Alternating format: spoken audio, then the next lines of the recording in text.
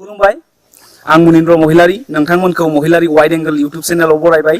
दिनैनि बे blogs video आं नोंथांमोननो दिन्थिनो लादों उल्टापानी फरेस्ट रिजार्वनि बेन्दोंआव थानाय नैबे माजभान्डार दैसानि गासै नुथायखौ।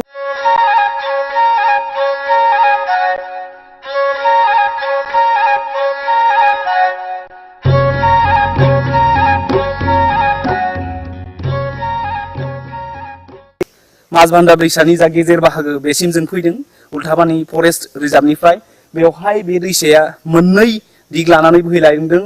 सानजाथिं बोहैलांनायखौ उल्टापानी मुं लादों, सोनाबथिंजाय बोहैलांनायखौ सामुखा दैमा मुं लादों। नोंथांमोना नुनो मोनदों बे समायना नुथायखौ। जों दा दङ उल्टापानी फरेस्ट रिजार्वनि गेजेर बाहागोआव। दिनैनि सानसेनि हाबाफारियाव नोंथांमोननो गासै समायना नुथायफोरखौ जोङो दिन्थिनो फैदों। दानिया आं दङ नैबे माजभान्डार दैसानि गेजेर बाहागोआव। लोगोसे नोंथांमोननो बे माजभान्डार दैसानि गासै नुथायखौ फारि फारि दिन्थिलांबाय दङ। गासै नायगिरि लोगो नोंथांमोन, दानिया नैबे जा उल्टापानी फरेस्ट रिजार्वनि सिङाव थानाय जोंनि जारिमिनजों सोमोन्दो थानाय जा सिकनाझार नौनोगोर बेनि जा माजभान्डार, बे माजभान्डार दैसानि जिङाव आं फैदों नोंथांमोननो दिन्थिनो। बे जारिमिनजों सोमोन्दो थानाय जायगा, जोंनि जा बर' हारिनि गोदोनि सिखना जोहोलाव दंमोन बिथांनि बे जारिमिनजों सोमोन्दो थानाय जायगा। नोंथांमोननो जा उल्टापानी होननानै जों बुंदों, उल्टापानीनि ओंथिया जाहैबाय जोंनि जा जेनेरेलि दैमाफोरा सानजानिफ्राय सोनाबथिं बोहैयो, नाथाय बेवहाय नैबे माजभान्डारनि खर'थिंजायनिफ्राय मोननै साइडथिंजाय दैया बोहैदों, फारसेथिंजाय सानजाहा जानानै फारसेथिंजाय सोनाब जानानै। नोंथांमोननो बे नुथायखौ आं दिन्थिनो लादों। नैबे माजभान्डार दैसानि जा गेजेर बाहागो, बे गेजेर बाहागोआव आं दंफैयो। दानिया नोंथांमोना नुनो मोनदों नैबे गेजेर बाहागोनिफ्रायनो दैसाया मोननै दिग लानानै बोहैलांदों।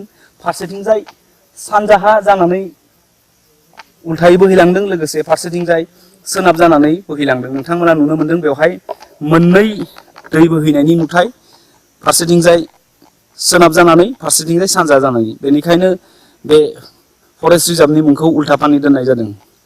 बे हाग्रानि गेजेर बाहागोआव दङ। लोगोसे बेयो जोबोर जोंनि जारिमिनजों सोमोन्दो थानाय गोदोनि जा सिखना जोहोलाव, बे सिखना जोहोलावनि जा हाग्रामा उल्टापानी, बेवहायनो सिकनाझार नोगोरा दङ। बे जा जायगायाव आं दङ बेनिफ्राय गासै 10 किल'मिटारसो थांबावब्लानो जोङो सिकनाझार नोगोरखौ नुनो मोनगोन। दानिया आं नोंथांमोननो दिन्थिलांगासिनो दं नैबे जा उल्टापानी फरेस्ट रिजार्वनि गेजेर बाहागोआव थानाय नैबे माजभान्डार दैसानि जा उल्टापानी दैमाया सोनाबथिंजायनिफ्राय सानजाहा, सानजाथिंनिफ्राय सोनाबहा जानाय नैबे नुथाय नोंथांमोना नुनो मोनदों। नैबे जायगानिफ्रायनो नैबे दैसाया फारसेथिंजाय सानजाहा जानानै लोगोसे फारसेथिंजाय सोनाबहा जानानै बोहैलांदों। बेनिखायनो बे रिजार्व फरेस्टनि नामखौ उल्टापानी दोननाय जादों। उल्टापानीनि ओंथिया जाहैबाय जेनेरेलि जोंनि जा दै बेयो सानजाथिंनिफ्राय सोनाब बोहैयो, नाथाय बे दैसायाव मोननै बाहागोथिंनिफ्राय गावबा गाव साइड जानानै बोहैलांदों। फारसेया सानजानिफ्राय सोनाबथिं आरो फारसेया सानजानिफ्राय सोनाबथिंजाय। नोंथांमोना नुनो मोनदों बे दैसा, बे दैसानि मुङा माजभान्डार।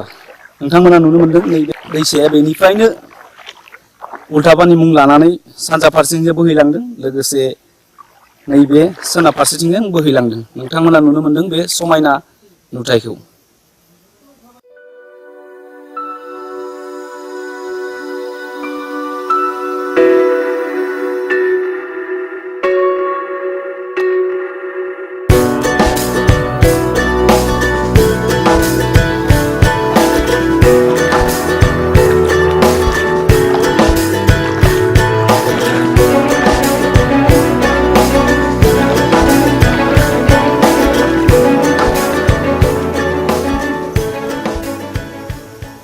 नोंथांमोननो बे दैसानि गासै मिनिंखौ आं बुजायनो नागिरदों। बेयो एक्चुअलि माजभान्डार मुङै मिथिजायो। माजभान्डार माने नानि भान्डार। लोगोसे बे जा एरियायाव जों दंफैयो बेनिफ्राय मोननैथिंजाय दैसाया गुबुन गुबुन महर लादों। फारसेथिंजाय सानजा बोहैलांनानै उल्टापानी मुं लादों, लोगोसे नैबे सोनाबथिंजाय सामखा दैमा जानानै थांदों। नोंथांमोना नुनो मोनदों बे समायना नुथायखौ। जों दा दङ उल्टापानी फरेस्ट रिजार्भनि गेजेर बाहागोआव नोंथांमोना नुलांगासिनो दङ दिनैनि बे ब्लग्सआव उल्थापानि फरेस्ट रिजार्भनि खायसे मुंदांखा लोगोसे जारिमिनजों सोमोन्दो थानाय नुथायखौ बे जा एरियायाव आं दङ बेयो गोदोनि जोहोलाव सिकनाझार जा जोहोलाव दङ जोंनि बिथांनि एरिया बे बिथांनि एरियायाव जों दासिम नोंथांमोननो ब्लग्स भिडिअनि हेफाजाबजों खायसे मुंदांखा जायगाखौ दिन्थिलांगासिनो दङ। नैबे माजबान्दार दैसानि सेराव जोबोर मुंदांखा लोगोसे गोमोथाव नैबे अन्थाइ थाइथामनि समायना जा फोथायथि दङ बेनि नुथायखौ नोंथांमोना नुनो मोन्दों। बेयो गोदो गोदायनिफ्रायनो बर' समाजा बे अन्थाइ थाइथामखौ फुजा होफैयो सम लानानै। नैबे मागो पुर्निमायाव बे उल्थापानि फरेस्ट रिजार्भआव गोबां बिबांनि धोरोम सिबियारि बिथांमोना बेसिम फैगोन। लोगोसे जोंबो दिनै बे उल्थापानि फरेस्ट रिजार्भनि जा माजबान्दारनि साखाथियाव नांजाबनानै थानाय नैबे अन्थाइ थाइथामखौ गोसो गोथारै खुलुमदों जाहाथे इयुनाव जों मोजाङै मोजां थांनानै थानो हायो लोगोसे जोंनि गोसोनि साननाय जा हास्थायनाय बेफोर जाफुंथों होननानै नैबे अन्थाइ थाइथाम उल्थापानिखौ गोसो गोरबोजों खुलुमदों। लोगोसे महिलारि वाइड एंगल इउटुब चेनेलनि गासै नायगिरि नोंथांमोनखौबो जाहाथे बे अन्थाइ थाइथामखौ नायनानै गोसो गोरबोजों बोर बियो बेनि थाखाय खावलायनाय जाबाय। दानिया जोङो नैबे उल्थापानि फरेस्ट रिजार्भनि साखाथियाव नांजाबना थानाय नैबे माजबान्दार दैसानि गासै नुथायखौ बे ब्लग्स भिडिअनि हेफाजाबजों फारि फारि दिन्थिलांगासिनो दङ। लोगो नोंथांमोन दानिया नैबे माजबान्दारनि जा दैसा जा उल्थापानि आरो मोननै दिगथिंजायनिफ्राय जागायजेननाय बे दैसानि जों ओंखारलांनो लाबाय। आसा खालामो नोंथांमोना बे भिडिअखौ नायनानै मोजां मोनदों। लोगोसे बे जारिमिनजों सोमोन्दो थानाय जा नौ नोगोर सिकनाझार नोगोर बेनि बे उल्थापानि फरेस्ट रिजार्भआव जों सानसेनि हाबाफारि लानानै फैदोंमोन। नोंथांमोना दिनै बे मुंदांखा जा उल्थापानि दैसानि नुबाय बे ब्लग भिडिअनि हिसाबै।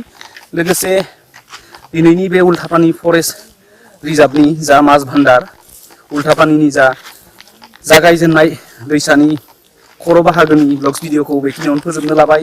जुदि भिडिअखौ मोजां मोनदोंब्ला नोंथांमोना भिडिअखौ लाइक खालाम। लोगोसे बे जारिमिनजों सोमोन्दो थानाय जायगाखौ मिन्थिहोनो थाखाय नोंथांमोननि साफ्रोमबो लोगोनो शेयार खालाम। बिदिब्ला दिनैनि बे भिडिअखौ बेखिनियावनो फोजोबबाय। गोजोन्थों। जै बर' हारिनि जै।